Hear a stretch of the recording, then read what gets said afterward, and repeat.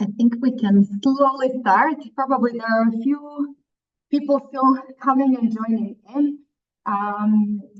Welcome on behalf of the Pro Northeast Project, and we are happy to see so many people joining us for our first Cracking the Code Applications to PGR Studies workshop. We are very, very happy to see many of you, and this is one of the first applications workshop we are organizing, so we hope that the information provided will be useful, but we are also looking for feedback from you, and please share with us at the end. We will also give you a QR code, anything that we might have missed or that you would like to know more. And please, we welcome all the questions that will help us, share all the information we have. We might have forgotten something, and it's best just to ask the question and we will try our best to answer. So just briefly, an introduction, who we are and what do we do. So we are a part of a huge collaborative project across the 5 universities in the Northeast. We're called the Postgraduate Research Opportunities in the Northeast and the Network for Equity. Our focus is on breaking the barriers and widening participation in PGR studies, especially focusing on home students from racial and minoritized backgrounds. We're aware that there may be some international students today here as well with us, and this is perfectly fine, and we are happy that you're here. We just want to say we might not be able to answer some of the questions related to international students' queries, such as visa issues and so on, as this is not the focus of our project, but we think everything else will be definitely useful for you. So this bit was developed a couple of years ago by Professor Jason Arte, who is currently at Cambridge, and is sponsored by the Pro Vice Chancellor for EDI at Durham University, Dr. Shahid Mahmoud, and our project manager, Garrett, who sends their apologies because they're not feeling well today, unfortunately. They said we are the collaboration from the 5 universities, and within these 5 universities, we tackle different issues across the 5 universities, focusing on applications, focusing on mental health, mentoring, and development. You will hear about from some of our colleagues as well. But this workshop is brought to you mostly by our colleagues in the development strand. So that's myself as a Durham representative here. My name is Maja. We have our colleague Lawrence from Teesside, Benjamin, who will speak later, from Northumbria, Matthew from Sunderland, and Kevin from Newcastle. We together represent the development strand. So what is the goal of this project? Just to briefly say, is to remove the barriers to access and participation for UK students from racial and minoritized background. And the reason why this project was set up and why we're doing all this work is that a couple of years ago, there was a big report by Office for Students and UKRI showing that there is substantial lack of representation of home students from racially minoritized background in PGR studies. And they were very happy to invest some money into it to try to remove those barriers. The reason why, some of the reasons identified why there is such a gap is because there is a huge gap in awarding first-class degrees for students, especially from Black and Asian minority ethnic qualifiers. And therefore, the advanced AHE recommended a positive action. This is how we are all brought about here, to remove those disadvantages. So that's just a little bit about us. But what are we going to talk to you about today? Well, we're focusing on the applications to postgraduate research studies. We will provide a brief overview of all possibilities, of all the spectrum of different studies that there are in postgraduate research work. And then we will hear from our current PGR studies who are part of the Pro Northeast project. And not only from them, they can tell you a little bit about their career and the reasons for choosing PGR studies and maybe some tips on how to go about it.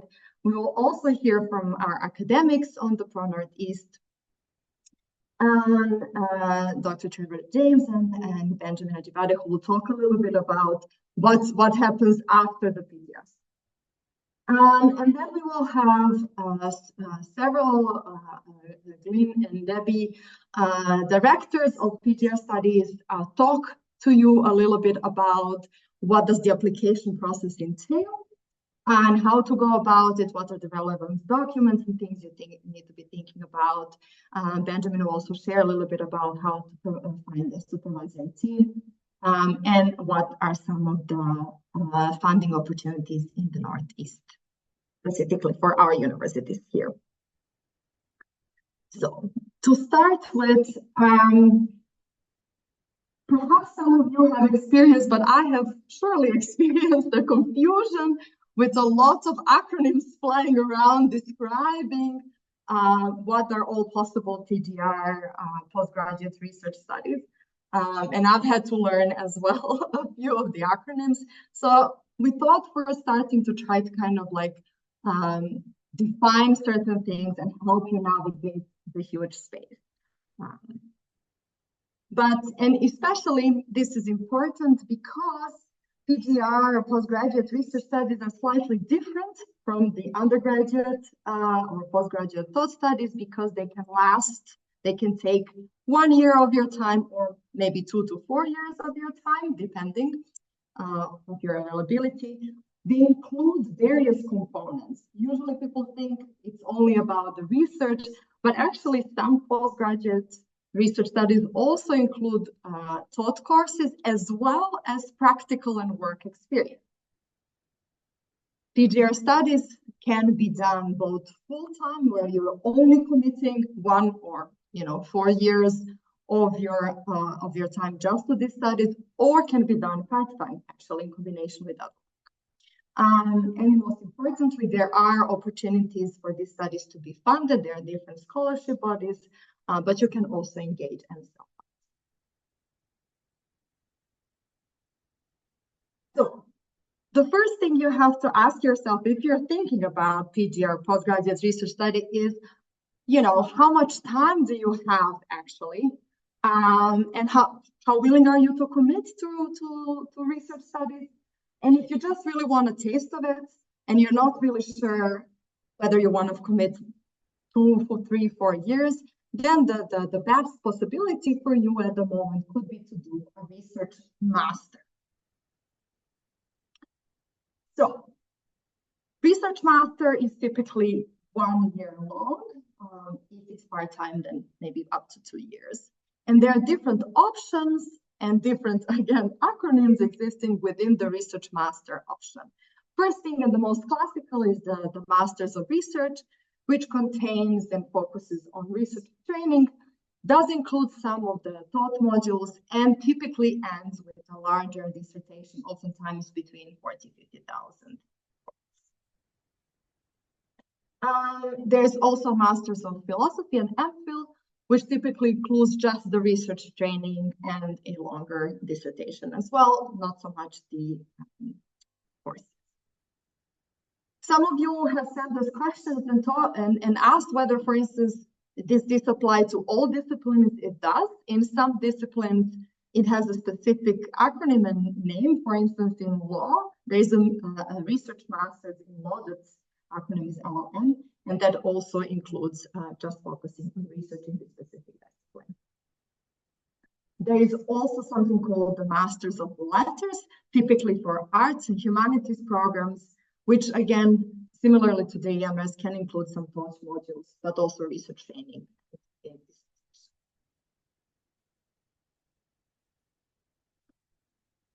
Now, if you think, well, actually, I really would like to spend a bit more, and I have the ability to spend some more time focusing on research, then, and you are particularly looking into developing not only various research skills, but also having practical experiences or work, then an option for you maybe to actually do a doctorate rather than master's by research. So what are the possibilities within doctorate programs? The most known or widely known, or something that you may have heard about, is something called the PhD, is a Doctor of Philosophy. That is usually a program that takes about 3 to 3 years. It's original research that makes contribution to a field. The idea is that at the end of this process, and why are you focusing this year, is that you become an expert in a specific topic. Usually it's 3 years, but you can also do it part-time, and then it takes a little bit more. There's a specific within the different disciplines. So PhDs are across all disciplines. Within medicine is usually called the Doctor of Medicine, which is for professionally qualified.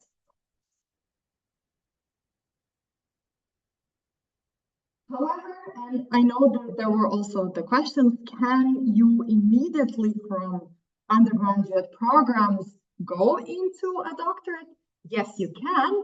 And this program is called an integrated PhD, and it combines a year of taught program, either a usual Master of Science or a research master, and then a 3-year research program.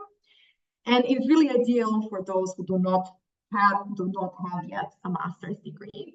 And typically is 1 + 3 year full time, and it can also be arranged to be done part-time as well. However, there are some more options.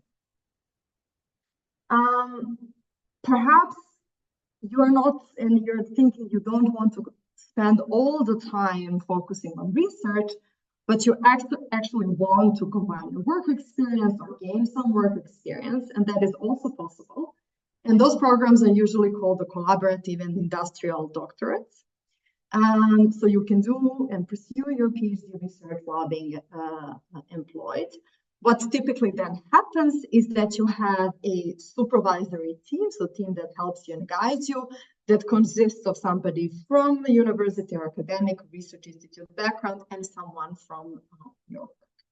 And it may, depending, of course, on your arrangement, include a placement within the actual work and in industry.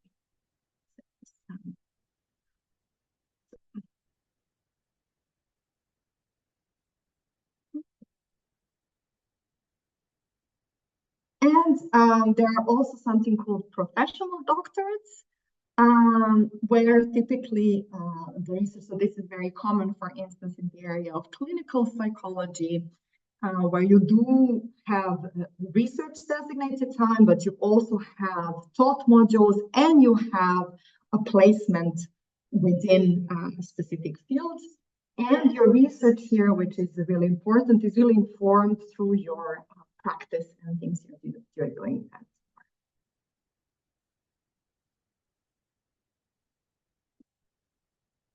Now, I hope this clarifies a little bit of the things, possibility that exists across the field. But I think the best is to hear a little bit about why and what would be interesting to pursue a PGR studies. And the reason, of course, maybe people have various different reasons for doing so. You may be very curious about a certain topic that you would like to know more, would like to become an expert. You maybe want to just broaden your knowledge and interest, and especially develop certain research skills that you want to use later in your life.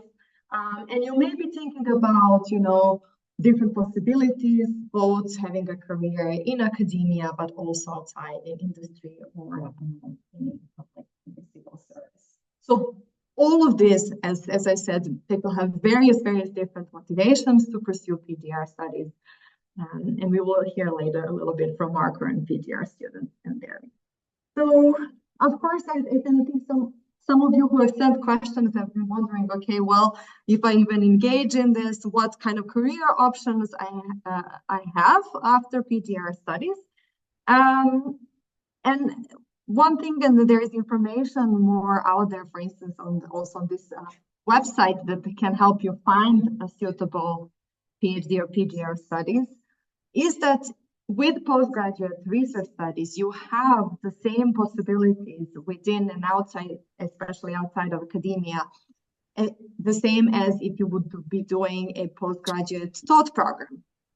If anything, people with postgraduate research studies, so this is a survey that has been done in 2021-22 with graduate outcomes, and those who have finished their either taught master or research studies were followed up 15 months later, and they're all likely to find employment in various occupations.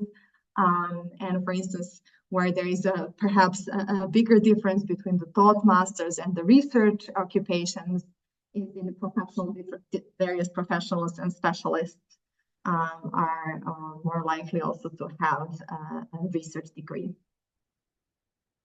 And this is also on the official website from the UK government.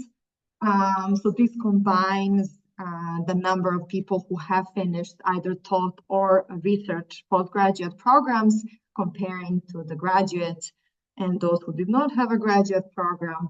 And you can see here that 76%, these blue parts of the bar, 76% of people with a postgraduate degree are likely to have employment in the high-skilled type of jobs. And that is compared to about 60% of people who have just the graduate degrees.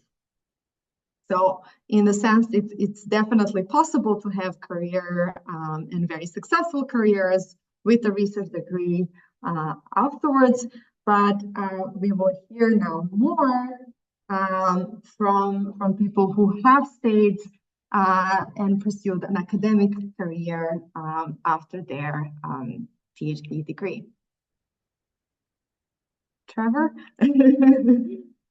This is my colleague and a friend from Durham University.